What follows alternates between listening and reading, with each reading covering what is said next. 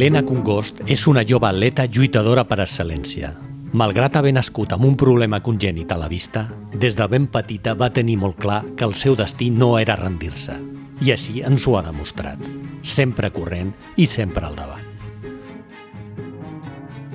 Rècord del món en 10.000 metres llisos i medalla d'argent als Jocs Paralímpics de Londres 2012, l'Elena ens diu quines són les seves motivacions vitals per arribar al més alt del pòdium de la seva vida. Abans de trobar-nos amb l'Elena hem volgut fer escala per parlar amb la Rosa sobre el Centre d'Alt Rendiment Esportiu de Sant Cugat. Ens pots explicar breument què és el CAR? Doncs el CAR és un centre d'alt rendiment esportiu.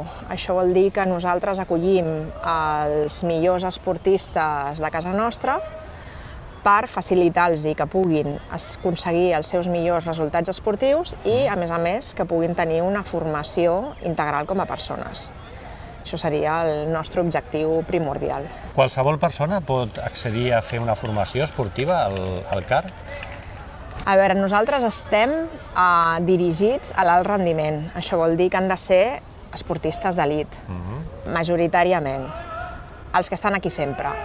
En un altre aspecte, sí que de vegades tenim concentracions, que són estades de grups que venen de fora o que venen a fer una preparació concreta o una activitat concreta.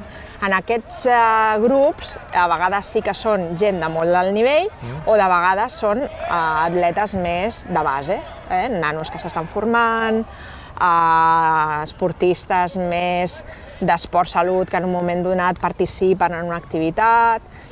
Hi ha una miqueta les dues vessants, tot i que la nostra primordial és l'esport d'elit, també el que hem après amb els esportistes d'elit ens pot permetre acollir altre tipus d'activitats o donar altres tipus de servei. Serveis de ciències de l'esport, de tecnologia de l'esport, psicologia, nutrició. Fins i tot, de vegades, ens venen empreses a fer aquí activitats de team building, per exemple, o una miqueta, sense perdre el nord del què és el CAR i per què servim, generalment estem oberts a altres tipus de qüestions. Quan ens arriba una proposta, nosaltres estudiem si és factible o no és factible i llavors es poden fer altres coses també.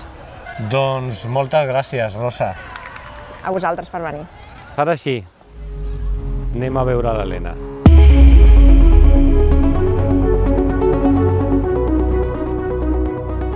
Hola, Elena. Ens pots explicar com és el teu dia a dia al CAR?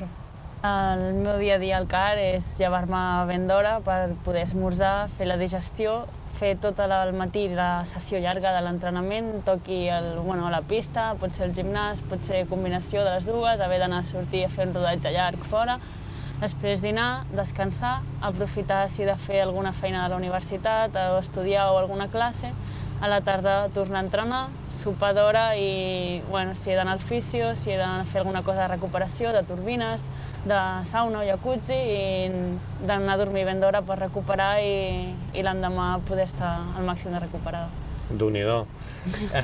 A la universitat, què estàs estudiant ara mateix? Ara estic estudiant un màster de neuropsicologia. Molt bé. Perquè ets professora ja de... Sí, vaig fer magisteri d'educació física a la Universitat Autònoma. Patir com viure amb una discapacitat t'ha ensenyat a...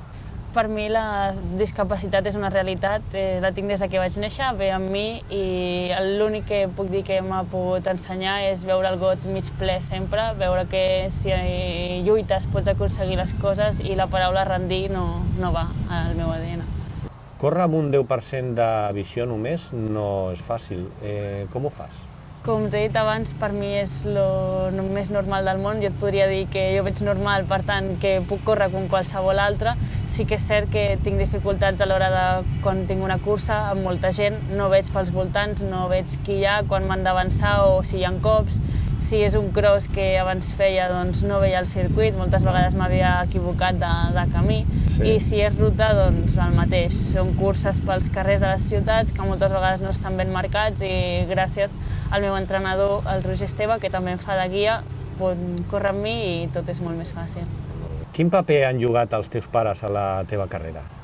Els meus pares, des de ben petita, m'han ensenyat que jo era igual que qualsevol altre nen. No m'han donat les coses fetes, han esperat que jo les fes, que m'espavilés, i això m'ha fet créixer com a persona i saber que si vull una cosa m'he de buscar les maneres, les formes, els recursos de poder-ho fer jo sola i poder-ho fer bé. I la teva parella? La meva parella és el punt de recolzament imprescindible perquè jo pugui fer el que estic fent, tant entrenar, competir al nivell, com estudiar i fer el dia a dia la vida més fàcil. Sense ell això ara mateix no seria possible. Els esports minoritaris es fan per amor i no per diners, oi?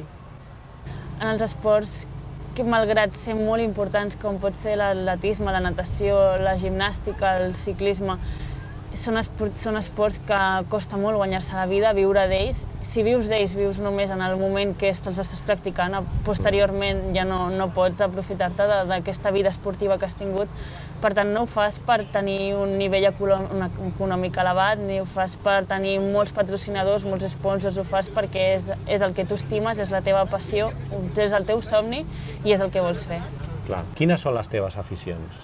Tot i que l'entrenament m'ocupa quasi totes les hores del dia, perquè ja no sigui només l'entrenament, les 4, 5, 6 hores d'entrenament, després tenim fisioterapeutes o hem d'anar a recuperar o hem d'anar a fer moltes coses, no és només la part visible de l'entreno, sinó també està l'entrenament invisible i això ocupa moltes hores del dia, doncs m'agrada molt anar a la muntanya, desconnectar, oblidar-me de tot, passejar.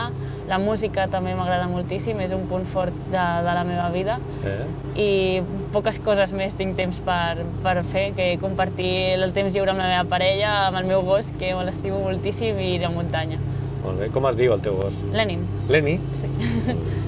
Tenim entès que et vas convertir al veganisme. Què et va fer prendre aquesta decisió?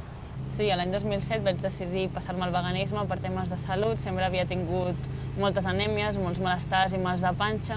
Després m'interessa molt el tema de nutrició i cada vegada que estudiava més i tenia més coneixements vaig veure que potser el tipus de dieta que portava no era el millor, no era l'adient per mi, perquè no em trobava del tot bé. Després també va sumar el tema de maltractament dels animals, les indústries, tot el tema d'antibiòtics, hormones que ingerim quan mengem aquests productes, i per respecte al medi ambient vaig posar el pes a la balança i d'acord amb els meus valors i el que jo pensava vaig decidir prendre aquesta decisió. Quina imatge creus que té la gent de vosaltres, els esportistes paralímpics? És una imatge que, mica en mica, i sobretot gràcies als mitjans de comunicació, les ràdios, les televisions, que cada vegada fan més suport a aquest tipus d'esport, crec que la imatge que es té cada vegada és més d'un esportista d'èlit amb una discapacitat que no uns discapacitats que estan fent esport, i antigament la imatge que es tenia de pobrets que fan el que poden. I que és molt important que la societat ens valori com el que som, esportistes d'èlit, com qualsevol altre esportista. Qui és el Roger Esteve? El Roger Esteve ara mateix és una persona molt important en la meva vida, en l'àmbit esportiu, és el meu entrenador, és la persona que activa de mi cada dia, que sap treure el màxim rendiment de les meves qualitats i de les meves possibilitats. És el meu guia, corre amb mi, per tant és els meus ulls a les competicions i als Jocs de Rio estarà amb mi. I a part d'això és un amic, és un psicòleg, és una relació molt estreta la que hi ha entre un entrenador i un atleta, però sobretot el vincle que hi ha entre un guia i el seu atleta, perquè som un equip. Clar. I a Rio 2016, per totes? A Rio 2016 és la primera vegada que es celebra la marató femenina en uns Jocs Paralímpics i volem anar a fer història. Volem millorar el resultat del Campionat del Món, que vaig fer subcampiona en el meu debut en la distància, i tot i que serà molt difícil, treballem amb l'ambició de poder ser els millors allà. Quan s'acabin les competicions, s'apaguin els llums i miris enrere, què és el que voldries veure? Vull veure una Helena que ho ha donat tot, que ha lluitat, que no s'ha rendit mai, que ha donat el millor d'ella i que pel camí he pogut ajudar i fer brillar i fer treure el millor de tota la gent que m'ha envoltat en tot aquest camí. Digue'ns un desig. M'agradaria que els esportistes o les persones mediàtiques se'ns valorés més pel que som, per les persones i pels valors que tenim al darrere de les càmeres i no només pels resultats esportius que obtenim.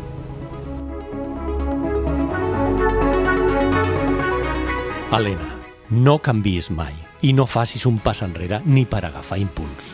Estem segurs que a les teves Olimpiades de Rio 2016 tornaràs a sorprendre el món, perquè, com tu bé dius, el cor et porta i les cames t'acompanyen.